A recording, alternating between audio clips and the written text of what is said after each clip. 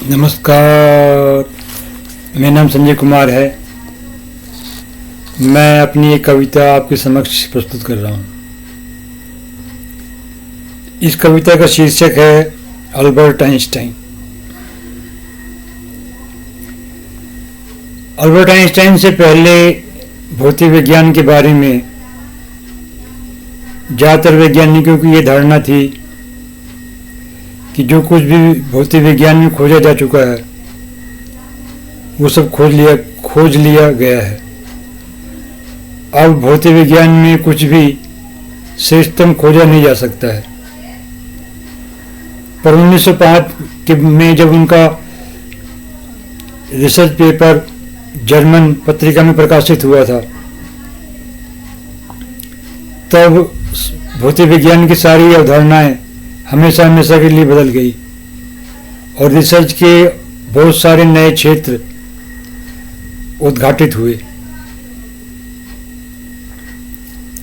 और वैज्ञानिकों की समझ में आ गया अभी बहुत कुछ जानना बाकी है। आज भी आइंस्टाइन के सिद्धांतों के अनुसार बहुत सी चीज़ें खोजी जा रही हैं और बहुत से वैज्ञानिक उसमें नई नई खोज कर रहे हैं और उन्होंने जो सापेक्षता का सिद्धांत दिया था उसके अनुसार बहुत सारे नई अनुसंधान के क्षेत्र दिन प्रतिदिन उद्घाटित होते जा रहे हैं। अब मैं आपके समक्ष अपनी कविता प्रस्तुत कर रहा हूँ। मेरी कविता का शीर्षक है अल्बर्ट आइंस्टाइन।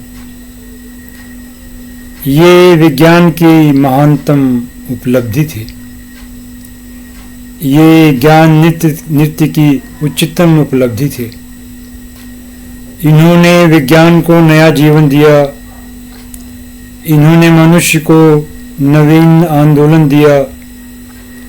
इन्होंने बहुत से विद्वानों को प्रेरित किया। इन्होंने परम प्रकाश को प्रकाशित किया।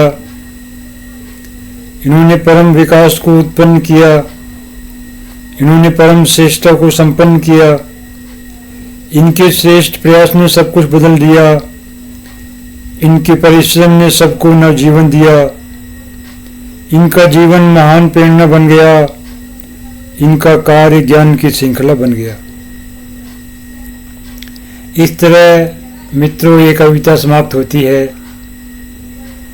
मेरी ये कविता महान वैज्ञानिक अल्बर्ट आइंस्टाइन को के प्रति एक विनम्र श्रद्धांजलि है।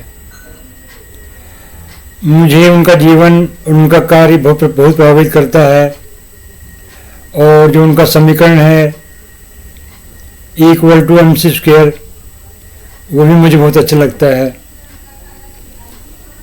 उनका ये समीकरण अप्लाइड मैथमेटिक्स की श्रेष्ठतम उपलब्धि थी। आज भी सारे विश्व के वैज्ञानिक उनके सिद्धांतों को बहुत ही आदर और सम्मान की दृष्टि से देखते हैं और बहुत ही महानतम प्रेरणा के रूप में देखते हैं। अब मैं आपके समक्ष अपनी एक दूसरी कविता प्रस्तुत कर रहा हूँ। यह कविता मेरे इस कविता संग्रह में प्रकाशित हुई थी जिसका नाम है महुआ के फूल। इस कविता संग्रह को दिल्ली सरकार ने 2007 में प्रकाशित किया था। अब मैं आपके समक्ष अपनी दूसरी कविता प्रस्तुत कर रहा हूँ जिसका शीर्षक है गौतम बुद्ध। हे महासत्य रूप, हे महासूर्य रूप, हे परम ज्योतिपुंज, हे महाज्ञान रूप, हे निशा के विनाशक, हे हिमालय की गूंज, हे आकाश से भरी करुणा, हे दया के इंद्रधनुष, हे प्रेम की कस्तूरी, हे जीवन के रक्षक, हे खुशियों को वर्धक, हे आशा की बांसुरी, हे उन्नति की सुरमई, हे साहस के सावन, हे विजय के बसंत, हे प्रकृति के नृत्य, हे बांसुरी की सुबह, हे स्वच्छता के संगीत, हे सौंदर्य से भीगी उज्ज्वलता, हे निस्वार्थ से पिघली शक्ति, हे वात्सल्य से भरे विस्तार, हे विद्या में घुली शांति, हे धैर्य से गूंजे परिश्रम, हे उत्साह से सनी कला, हे संतोष से पिघले विवेक, हे स्नेह से चहकी प्रसन्नता,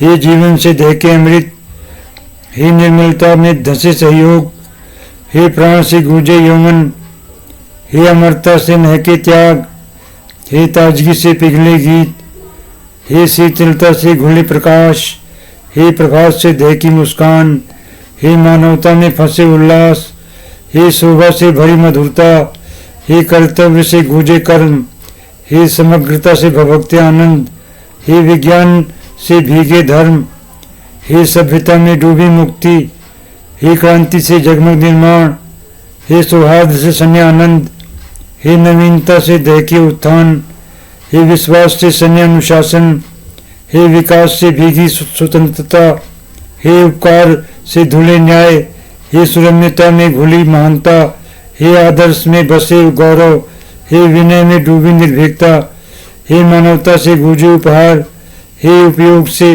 भक्ति कोमलता, हे नृत्य दहकाने वाले, हे हरियाली की बिजली, हे संगीत महकाने वाले, हे सितारों के हिमालय, हे निर्जस से महकी शाम, हे गीत चहकाने वाले, हे मृत्यु के विजेता, हे बादलों के कलरव, हे श्रद्धा के निर्माता, हे भक्ति के विधाता, हे रचनाओं की प्रेरणा, हे रचनाओं की प्रेरणा, हे काल के प्रणेता, हे कलियुग के इंद्रधनुष, हे सावन की बांसुरी, हे झीलों की नीली झंकार, हे हिमालय से भीगे बसंत, हे सितारों के आकाश, हे कोमलता के श्रृंगार, हे खुशबू के बसंत, हे ओशो की धुन, हे फूलों की रागिनी, हे धुनों के आकाश, हे कलरव के हिमालय, हे मकरंद की चांदनी, हे बसंत से भरे निर्झर, हे आकाश से भीगी कस्तूरी, हे नृत्य के सावन,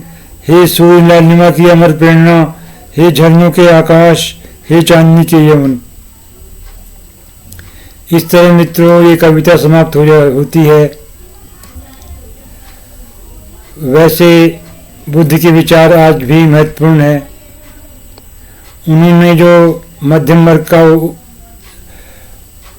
मार्ग का जो विचार दिया था वो आज भी बहुत महत्वपूर्ण है और आज भी बहुत महत्वपूर्ण है। उन्होंने जो मोक्ष की अवधारणा दी थी वो भी बहुत महत्वपूर्ण है और हमेशा महत्वपूर्ण बनी रहेगी। उनका विचार हमेशा संपूर्ण मानव जाति के लिए एक महानतम प्रेरणा बना रहेगा। अब मैं आपके समक्ष अपनी तीसरी कविता प्रस्तुत कर रहा हूँ। इसका शीर्षक है कार्ल मार्क्स। कार्ल मार्क्स ने पूंजीवाद के दोषों को समाज के समक्ष रखा और पूंजीवाद के दोषों को दूर किया। आज के युग में भी कुछ अर्थों में, कुछ परिस्थितियों में मार्क्स की विचारधारा बहुत ही महत्वपूर्ण है। विकसित देशों में जो मिश्रित अर्थव्यवस्था चल रही है उसके मूल में भी कार्ल मार्क्स के ही विचार हैं। कार्ल मार्क्स ने जन कल्याण के प्रति जो आग्रह अपनी रचनाओं में दिखाया था और अपने विचारों में प्रस्तुत किया था वह आज भी बहुत महत्वपूर्ण है। सारी दुनिया के देश उनके विचारों से बहुत ही श्रेष्ठतम प्रेरणा ले रहे हैं और हमेशा लेते रहेंगे। अब मैं आपके समक्ष अपनी कविता प्रस्तुत कर रहा हूँ। जब पूंजीवाद मानव समाज के लिए बिलख से पिघला अग्नि पतझड़ बन गया, उसने मनुष्य के निशानेबाज सावन को छीन लिया, उसने मनुष्य के बंदूकधारी बसंत को जला दिया, उसने मनुष्य की समुद्र यात्री आशा को पीस दिया, उसने मनुष्य की घुप प्यास का गला घोट दिया, उसने मनुष्य की रिमझिम खुशी को नष्ट कर दिया, उसने मनुष्य के तीरंदाज विश्वास को तहस नहस कर दिया। तब मार्क्स ने जीवन को खुशबू के धनुष की घाटियाँ दी, उसने जीवन को धुनों के झरनों की मुस्कान दी, उसने जीवन को रंगों से भरी चांदनी की दोस्ती दी, उसने जीवन को कलरव के गजरे से भरा नृत्य दिया। उसने जीवन को ताजगी से भीगी चमक का वादन दिया। उसने जीवन को फूलों की झील से पिघली सजावट दी। उसने जीवन को उत्साह में घोली अंतरात्मा की ओस दी। उसने जीवन को प्रकाश के स्नेह से धुली जलवायु दी। उसने जीवन को सुबह से चहकी हुई धड़कन की किरणें दी। उसने मनुष्य को स्वतंत्रता से गूंजी हुई चांदनी का त्योहार दिया। उसने मनुष्य को स्वच्छता से महकी हुई रागनी का सूर्योदय दिया। इस तरह मित्रों ये कविता समाप्त होती है। कार्ल मार्क्स की विचारधारा बहुत ही महत्वपूर्ण है। अब मैं अपनी एक और कविता आपके समक्ष प्रस्तुत कर रहा हूँ। इसका शीर्षक है लेनिन। लेनिन ने मार्क्स के विचारों को मूर्त रूप में समाज के सामने प्रस्तुत किया। लेनिन ने मार्क्स के विचारों को समाज के ऊपर व्यवहारिक रूप से लागू किया। लेनिन की विचारधारा भी कुछ अर्थों में हमेशा के लिए संपूर्ण मानव जाति को बहुत ही महानतम प्रेरणा देती रहेगी। अब मैं आपको अपनी कविता प्रस्तुत कर रहा हूँ। जब पूंजीवाद साम्राज्यवाद में बदल गया और उसने मानव समाज को खूंटे के सुनसान का ज्वालामुखी दिया, उसने मानव समाज को पूंछ की धातु की मौत दी। उसने मानव समाज को सींग की हवा की गंदगी दी। उसने मानव समाज को मरुस्थल के सुबक का जहर दिया। उसने मानव समाज को आंसुओं की बंजर फपक का कूड़ेदान दिया। उसने मानव समाज को पतझड़ से भभकती ठोकर की साय दी। उसने मानव समाज को कुत्तों की भोगती हुई कालिक की आंधी दी। तब लेनिन ने मानव समाज को उल्लास से सुलगी घाटियों की कलकल सजावट दी। उसने मानव समाज को सुबह की रिमझिम विश्वास का आकाश दिया। उसने मानव समाज को नित्य की गहरी धड़कन की कोमलता दी। उसने मानव समाज को जान प्रकार खुशबू के भंवरों की खुशी दी। उसने मानव समाज को झरनों के वनों से भीगा इंद्रधनुष दिया। उसने मानव समाज को ओस से पिघली हुई सुरमई का अमलतास दिया। उसने मानव समाज को झिलमिल से धुली हुई रिमझिम की धुन दी। उसने मानव समाज को कल कल में घुली हुई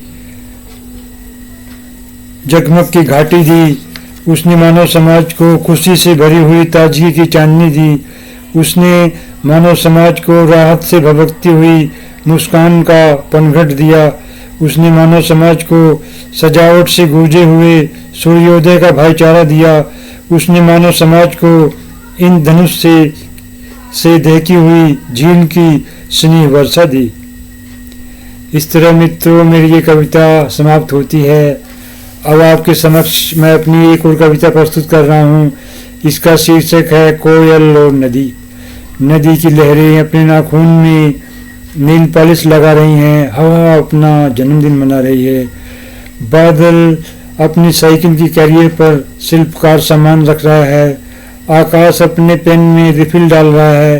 पेड़ अपनी टहनियों पर फिरकी चला रहे हैं। मोर अपनी साइकिल की कैरियर को खींच रहा है। बुलबुल अपनी कार का एक्सीलेटर दबा रही है। कोयल नदी के किनारों की वीणा के साथ दिन भर उड़ती रहती है।